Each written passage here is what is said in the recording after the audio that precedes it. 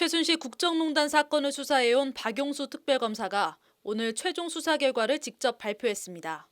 핵심인 삼성 뇌물과 관련해 박 특검은 최순실과 박근혜 대통령이 공모해 삼성으로부터 뇌물을 받았다고 적시했습니다. 특검이 이날 박 대통령에게 5가지 혐의를 추가로 적용하면서 검찰과 특검팀이 찾은 박 대통령의 혐의는 모두 13가지가 됐습니다. 박용수 특검은 이번 최순실 사건 수사의 본질을 국정농단과 정경유착이라고 못 박았습니다. 대통령을 등에 업은 민간인이 국정을 농단하며 수백억 원의 검은 돈을 받았고 삼성은 대가를 바라고 기꺼이 거액을 내놓았다는 겁니다. 이번 특검 수사의 핵심 대상은 국가 권력이 사적 이익을 위해 남용된 국정농단과 우리 사회의 고질적인 부패 고리인 정경유착입니다. 국론의 진정한 통합을 위해서는 국정농단의 사실이 조각조각 밝혀져야 하고 정경유착의 실상이 국민 앞에 명확하게 드러나야 합니다. 특검이 밝힌 국정농단과 정경유착의 중심에는 박근혜 대통령이 있었습니다.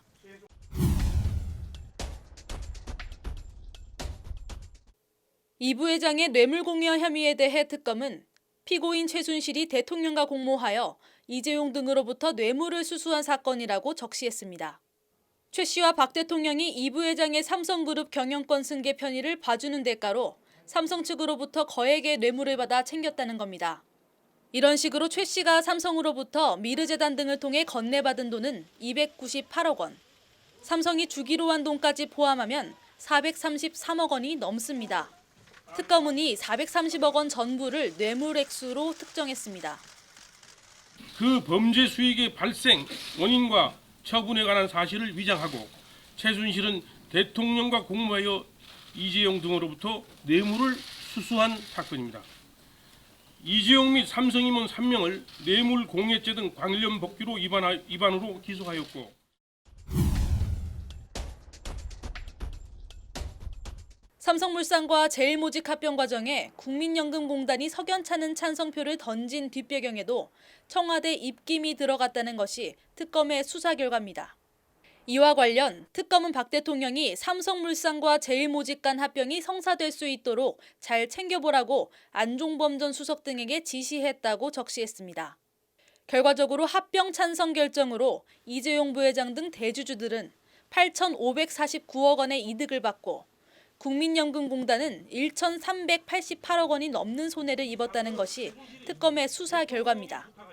이 사건은 문영표 복지부 장관이 청와대로부터 삼성물산과 제일모직의 합병을 성사시키라는 지시를 받고 직권을 남용하여 홍한성 국민연금공단 기금운영본부장에게 내부투자위원회에서 합병 찬성 결정을 하도록 지시하고